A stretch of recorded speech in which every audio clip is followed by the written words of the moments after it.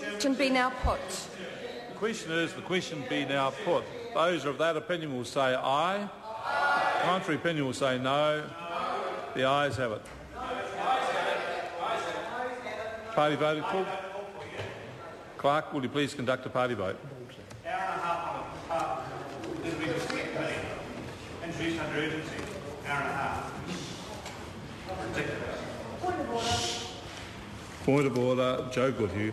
Mr Chair, I seek your guidance in reminding the member opposite that the vote is held in silence. I'll hear the Honourable Darren Hughes. I share in that spirit of collegiality and giving advice to the junior whip that when her member moves a closure motion, she should simply put those words. We can be petty and pedantic if you like. I didn't pull her up on it because I know that she put it and it was clear what her intention was, but wasn't within standing orders. So if the junior whip wants to behave in that way, we can go toe for toe. Otherwise, we can just have the vote. I think that's a draw. I'll ask the clerk to continue with the vote in silence. No, the clerk can be... members will hear the calls and the things in silence. New Zealand National. 58 votes in favour. New Zealand Labour. 43 votes opposed. Green Party. 9 votes opposed. Action New Zealand. 5 votes in favour. Maori Party. Tuku whai tau tuku anu. Progressive. 1 vote opposed. United Future. 1 vote in favour.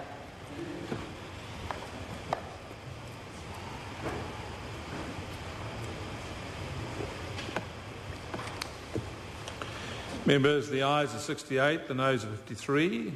The closure motion is agreed to. Before I put the vote on part 1, I have 2 amendments in front of me. The first is the name of Brendan Burns as amendment to restore appeal rights, subclause 1, bracket C, bracket D. Those who support that amendment will say aye. Aye. The contrary, no. No. The noes have it. Clerk, will you please conduct a party vote? New Zealand National. 58 votes opposed. New Zealand Labour. 43 votes in favour.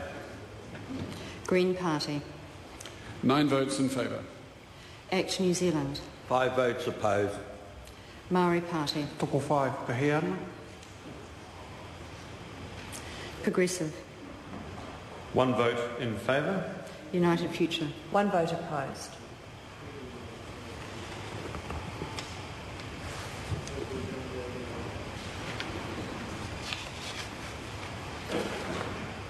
Members, the ayes are 53, the noes are 68. The amendment is not agreed to. The next amendment we have is the name of Phil Twyford, and it's a new clause 6A. And Phil Twyford's amendment is for the appointment of a review authority. Those who support that amendment will say aye. Aye. Contrary, no. No. The noes have it. Clerk, will you please conduct a party vote? New Zealand National. 58 votes opposed.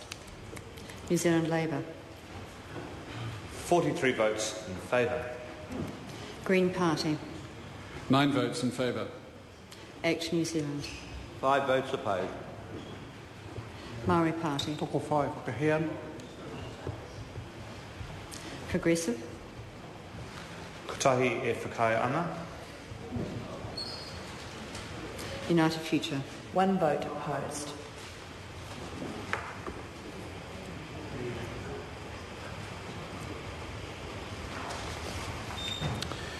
Members, the ayes are 53, the noes are 68. The amendment is not agreed to. I will now come to part 1 as a whole. The question is the part 1 stand part. Those who are of that opinion will say aye. Aye. The contrary opinion will say no. No. The ayes have it. Clerk, will you please conduct a party vote? New Zealand National. 58 votes in favour. New Zealand Labour. 43 votes opposed. Green Party. 9 votes opposed. Action New Zealand. 5 votes in favour. Maori Party. Tuku whai tau tuku anu. Progressive. 1 vote opposed. United Future. 1 vote in favour.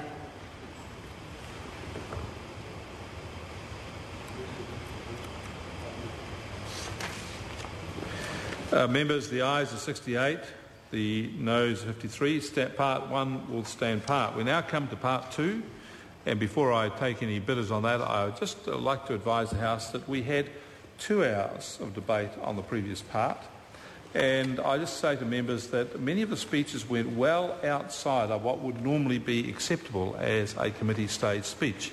Many of them were second reading speeches. We've ranged far and wide, and the Chair is prepared to be quite liberal about that because the point has been made that it has not been to a select committee. But members should focus their attention around the fact that this is a committee stage. We're dealing with the nuts and bolts, and it is part 2, not part 3. This is part 2. Point of order, Mr. Chairman.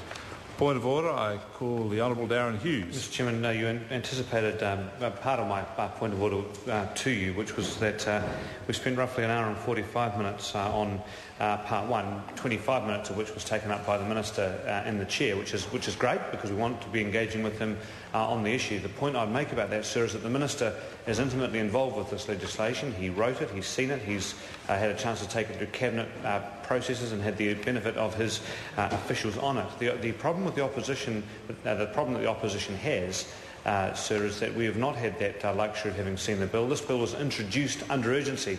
So your reference to it having not gone to a select committee is true. There's been no chance for public submissions, but in fact it was introduced under urgency, so we didn't get a chance to even read it before we started debating it. So there are Speaker's rulings which do give a little bit more leeway to members when they're debating a bill under urgency in committee of the whole, going part by part, when there hasn't been that chance for members to have researched and prepared for a bill as it might otherwise have ordinarily been expected. So, sir, I guess my 2 points are, one, that the reason we opposed closure is we didn't feel it had been long enough for us on part 1, and that the Minister's contributing a lot, and that, of course, is extending the time of the debate out. But by its definition, if you're only going for a length of time, that will reduce the amount of time available to the opposition for a bill that is sight unseen until the debate on this bill started.